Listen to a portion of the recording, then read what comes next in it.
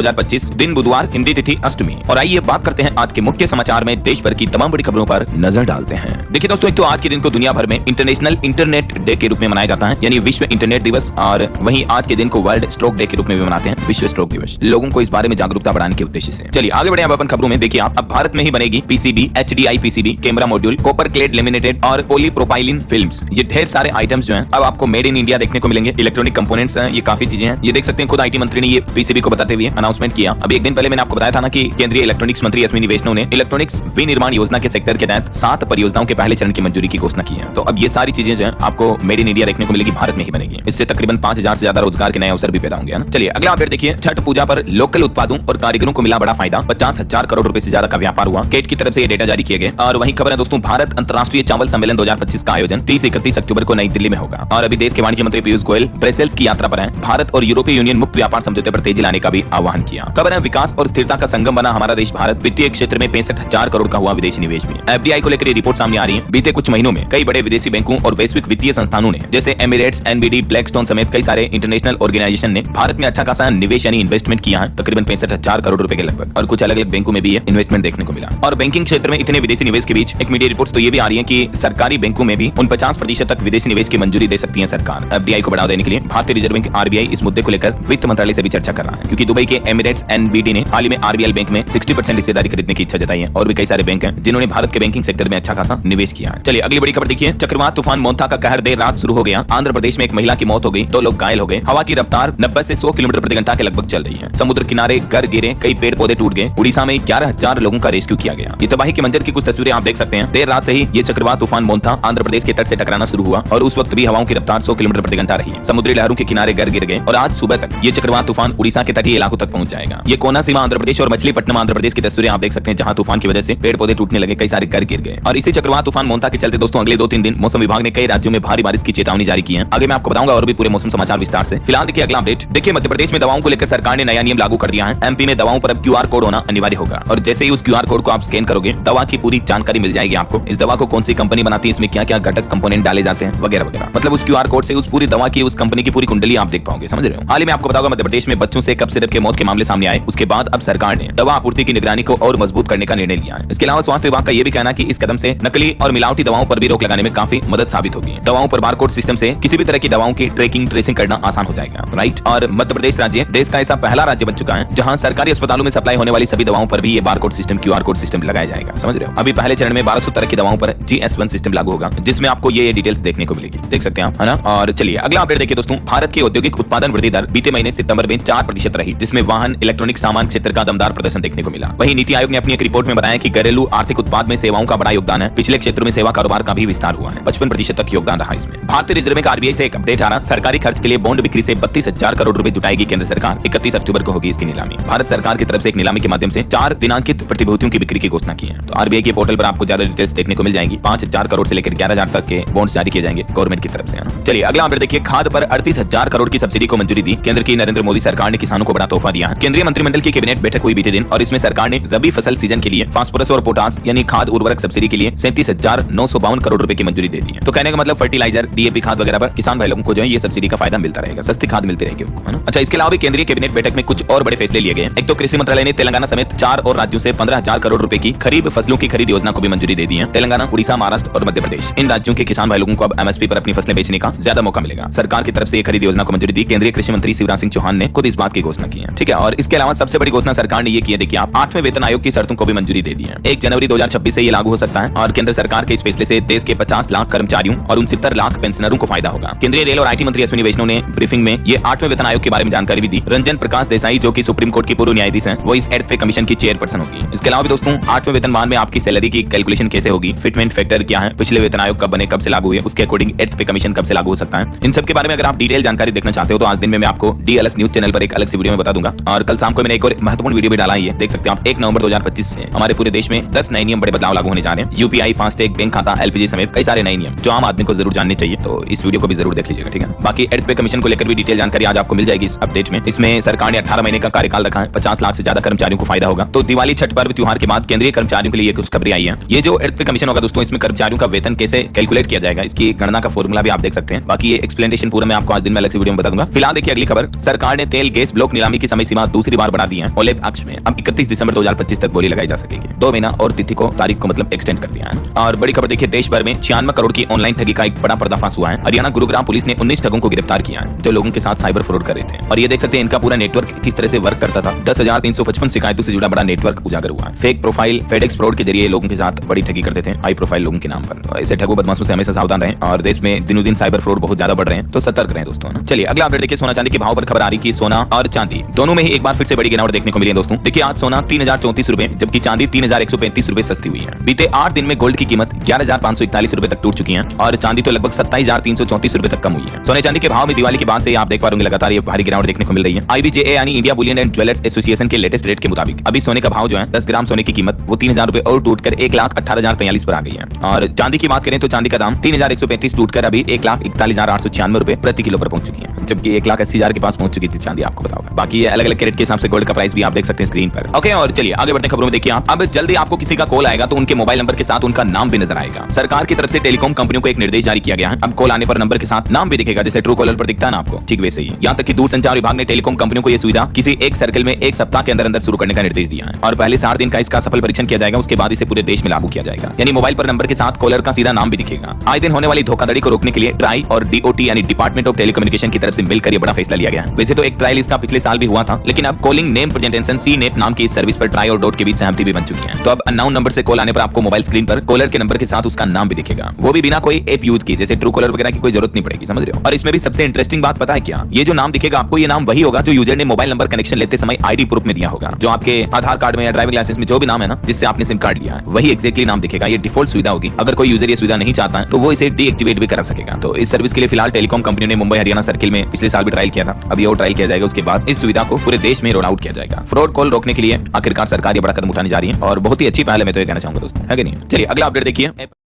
Dhruv Rathee, Nitish